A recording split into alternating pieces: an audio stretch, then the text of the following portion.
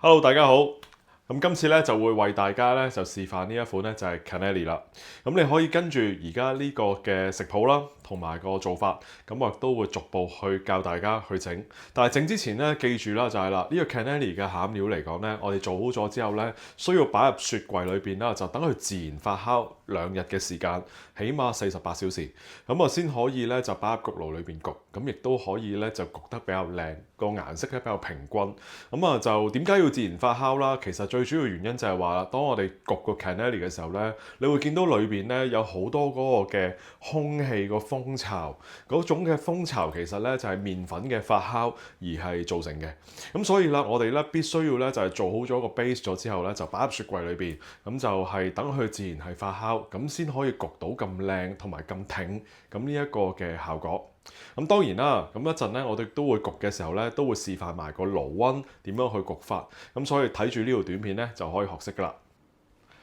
好，咁我哋開始做 Canelli 之前啦，就講一講工具啦。咁工具嚟講咧，咁一般啦，我哋做焗 Canelli 啦，就會用傳統嘅模具嘅。咁好似你會見到呢一款啦，就係銅嘅模具。咁但係咧，呢一款模具嚟講咧，就相對咧比較難去控制，因為啦，你會買蜂蠟啦，咁就要去晾去外裏邊，咁確保咧佢唔會黐模。咁所以啦，但係而家咧，其實咧，我哋都可以咧，就用我而家呢一款啦，就係好似易潔鑊嗰種嘅物料，咁呢一款嘅物料嚟講嘅模具咧，相對咧就會比較容易，咁亦都可以係減省咗用蜂蠟嗰個嘅材料。咁我會喺個模具裏邊啦，就會掃些少牛油，又或者咧係噴油都可以去做到同一樣嘅效果。咁所以啦，大家亦都可以揀呢一款嘅易潔鑊嘅模具。模具嚟講啦，咁亦都有唔同嘅尺寸嘅。咁以前我哋以往用緊嗰個嘅尺寸咧，相對係會細啲嘅。咁你會見到咧，相對好似呢一度嚟講啦，咁就會細啲啦。即係以前呢一種咧就會細啲嘅。咁但係啦，而家我買到嘅話咧，就會可以大啲嘅。咁呢一款嘅模具咧，大約咧係6cm 乘6cm 左右咁上下個大細。咁以前嚟講咧，其實咧都係5cm 鬆啲嘅啫，都細好多㗎。所以模具嘅方面啦，大家亦都可以喺網上可以買到啦，或者你可以喺亞馬遜啦、eBay 啊，咁你都可以好容易去揾到呢一款防即係焗嘅物料啊，呢一款比較容易啲去揾到啊。好，模具完啦，咁跟住亦都準備咗材料啦。咁材料嗰方面咧，究竟係點樣去稱法同埋點樣去磅法咧？嗱，咁最重要咧就係啦，Canelli 嚟講咧，其實咧就緊要嘅就係雲呢拿啦。咁你雲呢拿咧，一般咧我就會放喺冰箱裏邊嘅。就攞出嚟，然後咧就擺喺室溫裏邊咧就解凍，大概都係15分鐘度咧就可以解凍噶啦。將雲呢拿咧就呢度破開啦，將所有啲雲呢拿紙咧就會放落啲砂糖一齊啦，就會捽埋佢。呢一個咧我哋會準備個雲呢拿糖啦。咁其次啦，雞蛋啦、蛋黃啦都會放埋一齊啦。牛奶咁我哋會擺落個煲裏邊啦，就會準備一陣咧就要去煲嘅。當然啦，唔少得嘅亦都有蛋糕粉啦。咁蛋糕粉嘅就會一次過咧就轉頭咧，我哋又會篩咗佢。跟住亦都會有無鹽嘅牛油。我自己建議咧，我哋做 Canelli 嚟講咧，最好嘅話咧就會係做好咗就擺一個好似呢一種嘅樽嘅容器嗰方面啦，做儲存。因為每一次我哋咧發酵完之後咧攞出嚟焗之前咧，咁都會打翻起去少少嘅。打到有少泡嘅時候咧，先倒落個模度。而呢一個咧就係最緊要嘅秘訣啦。所以大家亦都可以留意呢一點。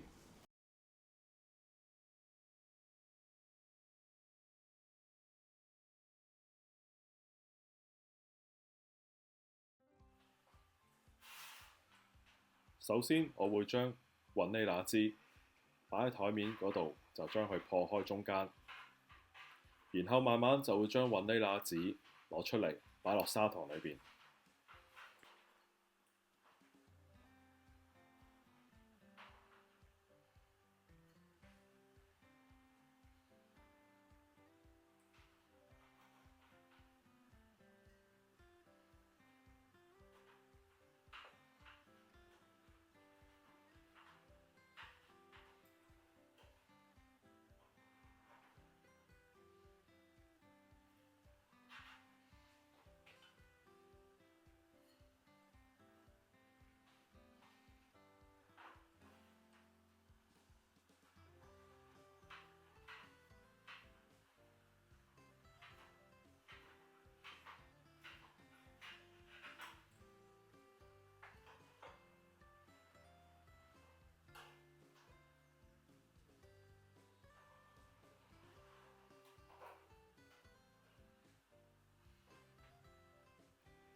慢慢將雲呢拿紙全部擺晒落砂糖之後，就會連埋砂糖一齊捽散佢。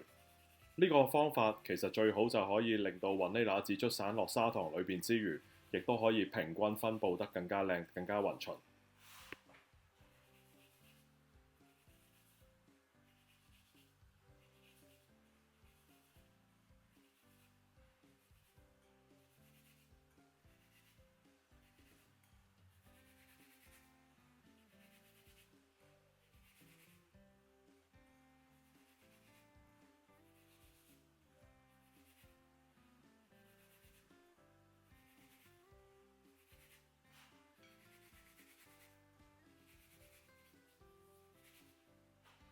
雲呢拿砂糖就已經準備好啦。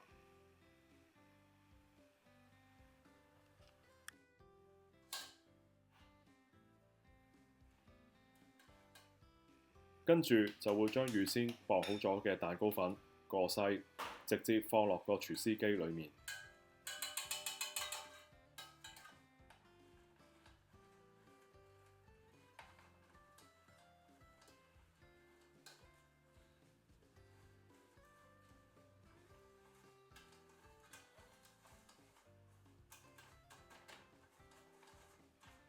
將篩好咗嘅蛋糕粉擺晒落個廚師機之後，就會將我已經預先準備好嘅雲呢拿砂糖倒埋入去，最後加埋雞蛋、蛋黃都擺晒入去。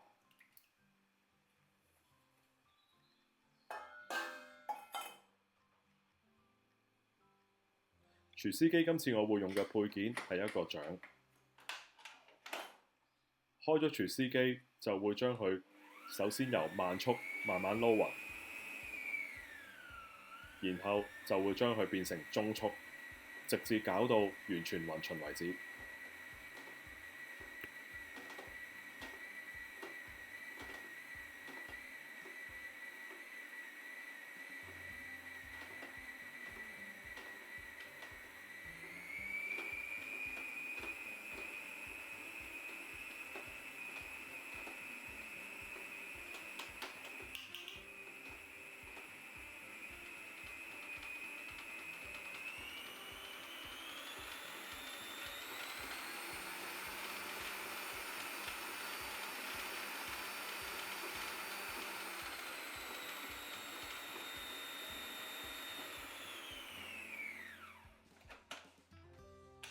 咁呢個蛋糊都差唔多已經撈勻循啦，大家都可以望到個蛋糊撈完之後係會有發光比較靚嘅效果。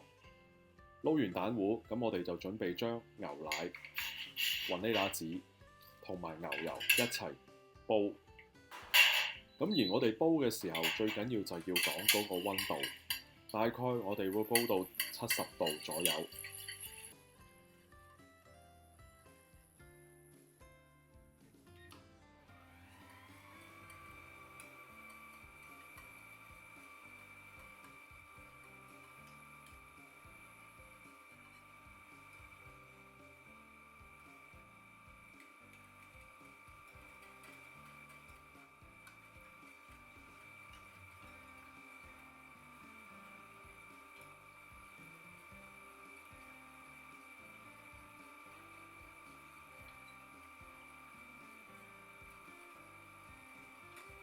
咁喺屋企最好當然有溫度計，咁我哋一路邊去煮緊嘅時候啦，就用溫度計量度嘅溫度。咁大致上我哋咧需要係70度左右。咁當然如果屋企亦都冇溫度計的話咧，咁其實牛奶啦，咁我牛油我哋要煮到差唔多滾啦，咁你會見到好多煙嘅時候咧，大約咧就差唔多啦。咁但係我都係建議大家咧，屋企就最好有一支溫度計，就比較準確啲。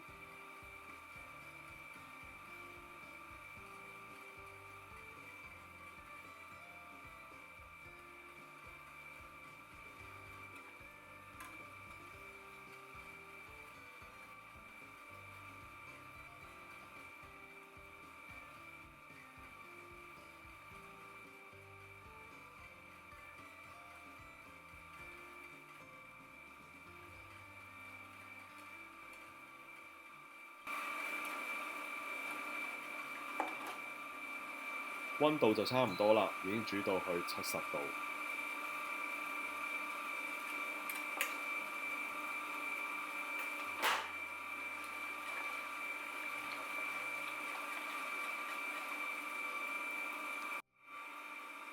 熱嘅牛奶已經準備好，然後我哋會將廚師機校到最慢速，將熱嘅牛奶慢慢倒落個廚師機度，去撞熟嗰啲麵粉同埋雞蛋。呢一個係做 cannelli 嚟講最緊要嘅步驟，因為我哋要將個麵粉加熱。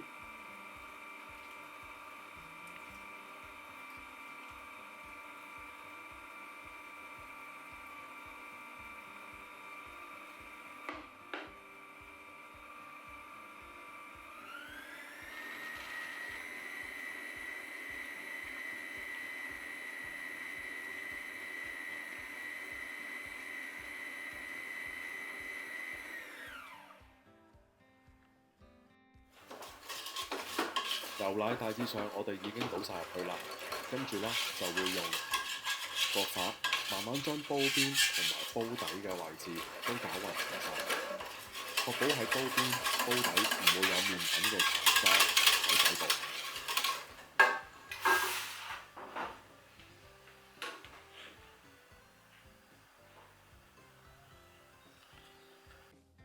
攪勻勻晒之後，最後我準備翻個篩，將我哋頭先做好咗 cannelli 嘅 base 過篩。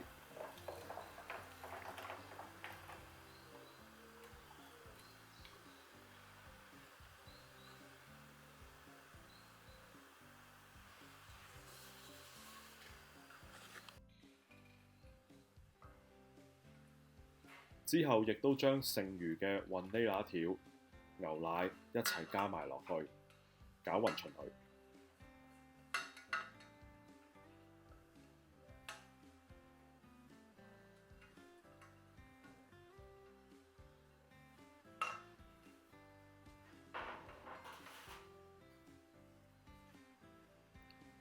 當然唔少得要加埋呢一個 dark rum 啦，加咗啲 rum 酒落去，全部一次過撈勻勻晒佢。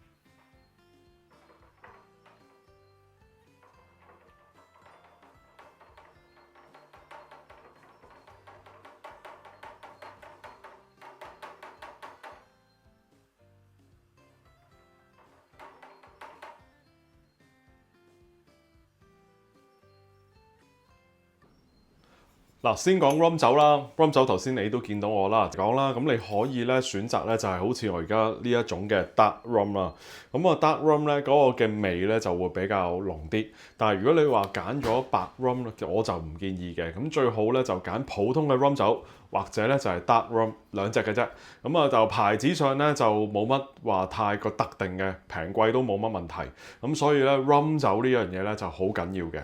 咁啊，而我哋啦，將啲 rum 酒最後加埋落去之後啦，咁就保鮮紙貼面啦，跟住啦就將全個嘅 cannelli 嘅呢一個 base 咧就放入雪櫃裏邊。正如頭先講啦，咁我哋放入雪櫃裏邊啦，就會擺2日嘅時間，要確保記得係2日時間，大概48小時，咁先可以攞入焗爐焗嘅喎。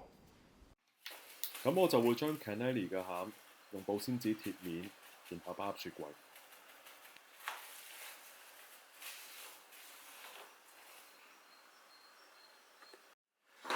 攞個模具出嚟，然後咁我就會喺模具嘅裏邊噴些少噴油。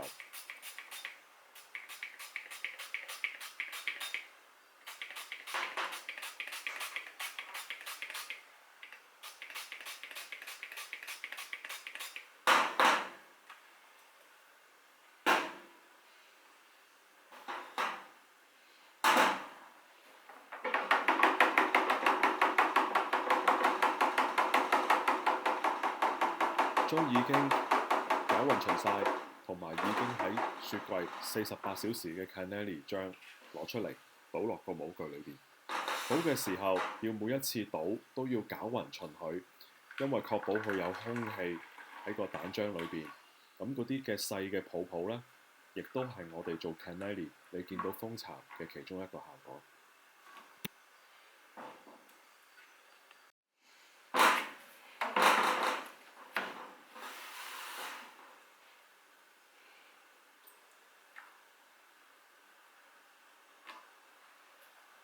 蛋漿大概我哋倒落個模具80%左右高度，跟住我哋就會擺入焗爐。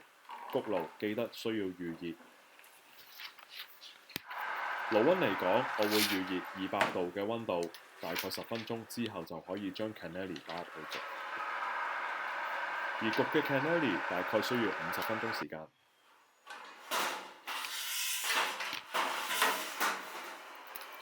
焗好咗之後，就可以直接反轉，擺落個網度，又或者擺落個平盤上面都可以。咁你會見到好容易就甩到㗎啦。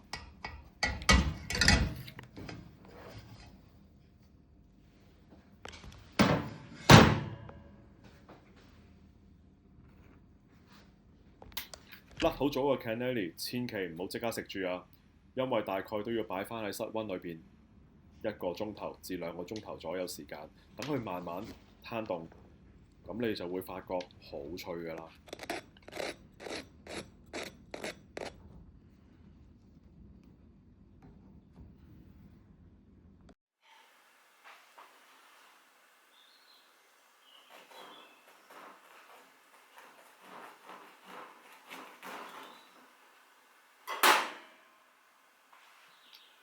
切好咗個 cannelli，你睇下幾靚個蜂巢紋。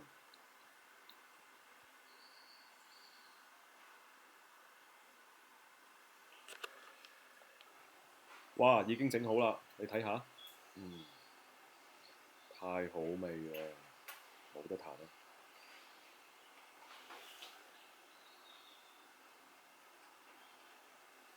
今日嘅甜品網上教室係咪仲未夠喉呢？